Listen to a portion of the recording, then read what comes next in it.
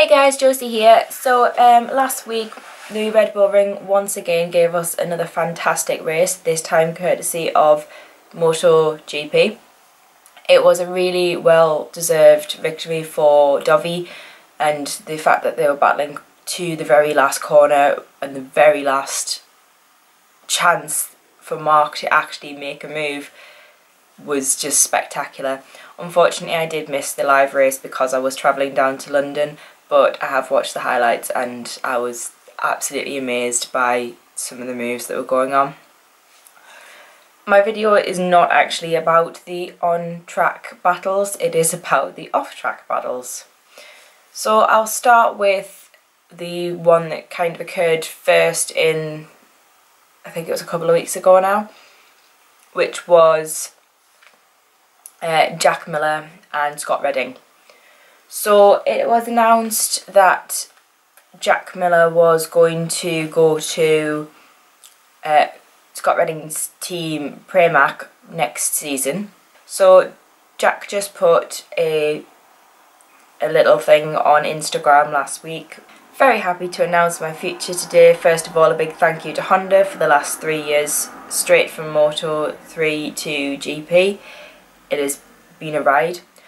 Looking forward to what is to come in the future with Ducati and Pramac racing. Perfectly normal. It was a nice little announcement. It was just pretty simple. Then Scott chimed in with a little comment. Took my girl on my ride, just banter man. Made myself laugh. Good luck with that beast, keep it loose. So if you've ever seen any interviews or anything that Scott really puts, he's quite a laid back person. He's very chilled, but he does like to have a little bit of banter. So a lot of us took that as it was just a joke. Yeah, he's just wishing him the best in a jokey manner. But Sky Sports Italia picked this up and went in a completely different direction.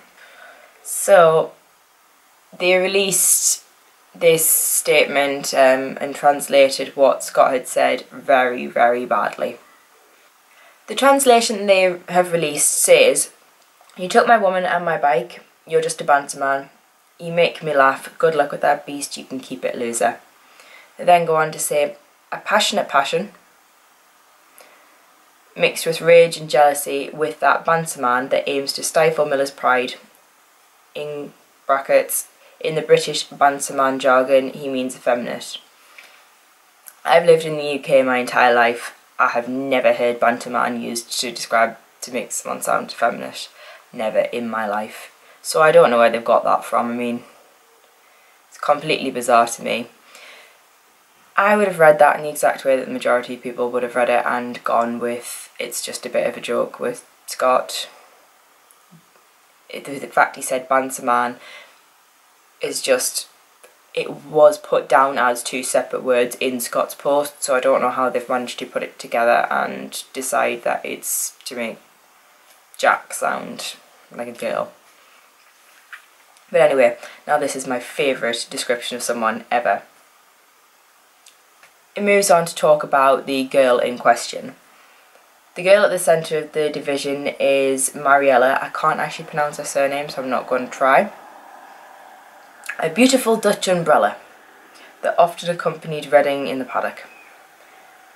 Beautiful Dutch umbrella is definitely my favourite description of someone ever. She is actually an umbrella girl and was Scott's umbrella girl for a while. I think that's where they have got this from, but I think it would have been probably a bit easier to double check your translation. But beautiful Dutch umbrella is amazing. I hadn't heard any information about this link between Jack and Mariella, but she has also come out and given her piece on this. I think the way she's addressed it has been very mature, and I do feel for her because breakups are terrible. She's not said either way anything about Jack. she just put a red screen, and I don't know what kind of nightmare I got myself into. I'm the one that's heartbroken. I would like to ask everyone to leave me in peace and let me move on with my life. The people close to me know the real story, and that is most important to me. I want to enjoy my time with my family and friends and leave this chapter behind me. So she's moved on. She's moving on. She wants to just be rid of all of this. So I really feel for the fact that she has been brought into this without any real consideration for her feelings. But they're causing trouble between two drivers. They're like fabricating this beef between them. And this is literally the definition of making a mountain out of a molehill. They've taken one comment from Scott that was just a joke, and they've just completely twisted it and made it into something completely different, and now everyone involved's just there trying to pick up the pieces. Sticking with Scott Redding, Scott has started a new relationship with someone that's already known around the paddock. He has started to date Chiara Fontanesi, who is friends with the likes of Cal and Lucy Crutchlow. She is also the ex-girlfriend of Maverick Vinales. So this has caused a lot of comments on Instagram. Scott had just put a simple picture of the pair of them, really quite a cute picture on holiday, and he just put, "When you're happy, you know you're happy. I love my life every day, out of control." Lovely. I've got every respect for him. But obviously someone had to comment on the fact that she is the ex-girlfriend of Maverick.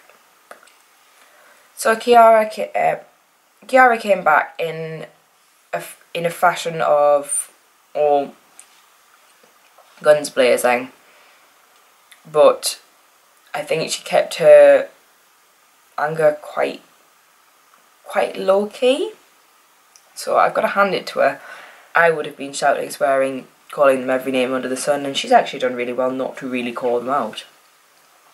So I'll just read this verbatim. Obviously the English is not 100%, it is pretty brilliant for it not being her first language, so if it doesn't make sense, I'm really sorry.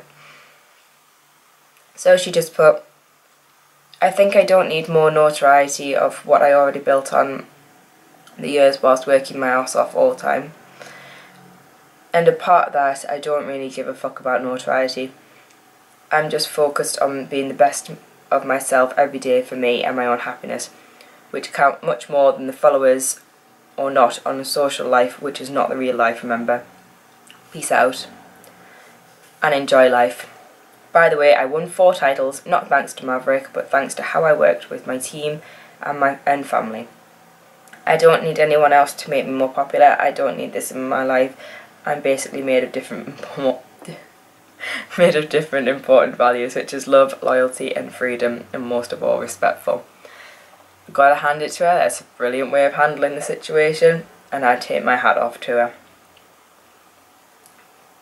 So that was her little input. There were a lot of comments against her before she spoke out, and then I, being me, got involved in the comments supporting her after, because I do feel bad that she can't just be happy. They can't just be happy. They've got to talk about the fact that they have dated other people.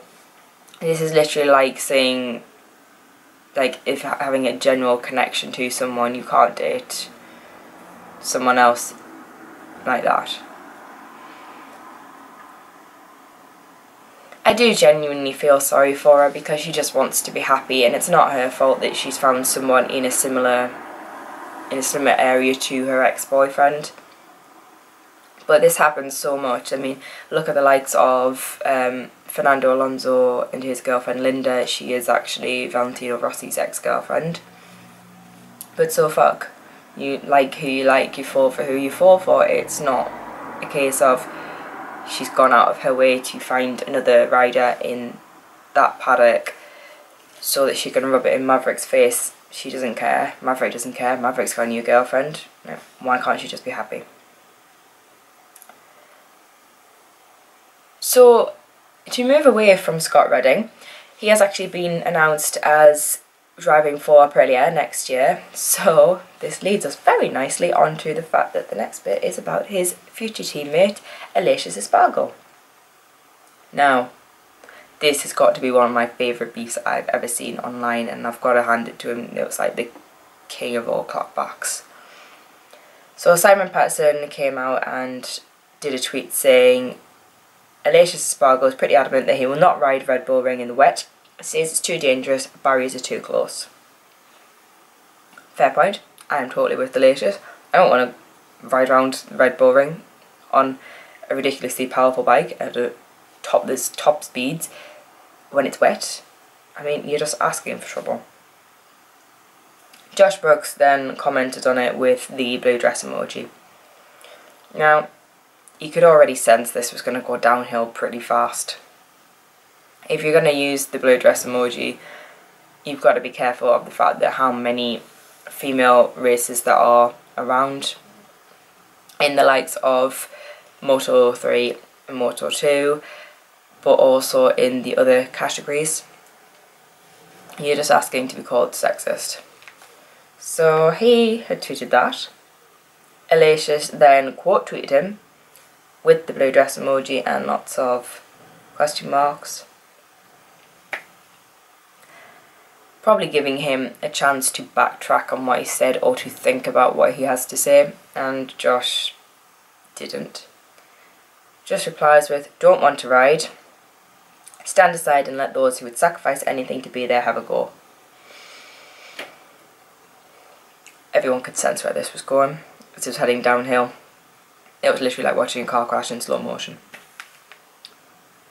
So Aleix comes back with one of the best clapbacks that's ever been known to man, and I honestly take my hat off to him because I was cackling at this. Simply put, in wet I'm fastest than you in dry, so shut up. It's fucking easy to talk.